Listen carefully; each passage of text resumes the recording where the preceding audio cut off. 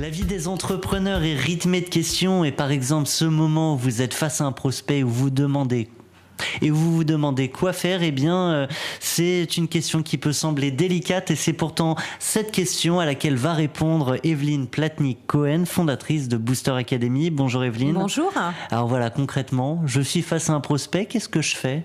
Alors il faut savoir que la vente c'est quelque chose d'extrêmement contre-intuitif parce que naturellement quand on met les gens en test chez Booster Academy, qu'est-ce qu'ils font en premier? Ils parlent, ils racontent, ils démontrent, ils ont envie de raconter tout depuis le début de l'entreprise, depuis la première idée qu'ils ont eue. Donc intuitivement, on fait pas ce qu'il faut. En réalité, rentrer dans un entretien de vente, c'est des vraies règles du jeu. Alors ce qui est intéressant, c'est qu'elles n'ont pas bougé depuis le début du commerce, donc plusieurs milliers d'années.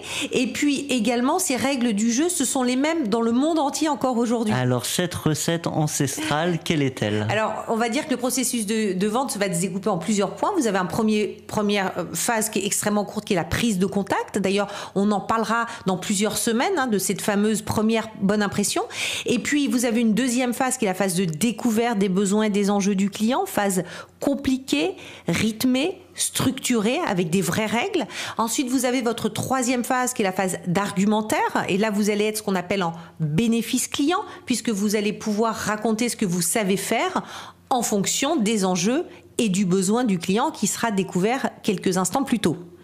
Et puis, ensuite, vous avez une phase de conclusion. Et là, l'objectif, c'est de signer ou en tout cas de valider l'étape suivante. Comment on passe d'une étape à l'autre? Parce que dit comme ça, ça a l'air très simple. Mais est-ce qu'il y a une technique pour... Alors, le plus difficile, c'est pas tellement de passer d'une étape à l'autre, parce que pour le coup, c'est assez simple. Le plus compliqué, c'est de se dire, mais attention, le client qui est devant moi, je vais rien lui dire pendant 3/4 d'heure et je vais le faire parler. Est-ce que c'est possible? Eh bien oui, parce que vous savez, c'est un peu comme dans la drague. Rappelez-vous, il est beaucoup plus facile de faire parler quelqu'un et la personne sera beaucoup plus valorisée que de vous écouter parler pendant des heures. Donc, n'ayez pas peur de faire parler votre interlocuteur. C'est là où il prendra le plus de plaisir. C'est là où il verra qu'il aura un vrai professionnel devant lui qui a envie d'en savoir beaucoup plus et qui va comprendre les enjeux et les besoins. Donc, ne pas avoir peur de se taire. Evelyne Platnik-Cohen, est-ce qu'on peut rappeler très rapidement pour conclure les 4 grandes étapes? Donc, prise de contact, découverte des besoins du client, argumentaire et conclusion. Et conclusion, c'est également le cas de notre chronique. On se retrouve la semaine prochaine. À la semaine prochaine.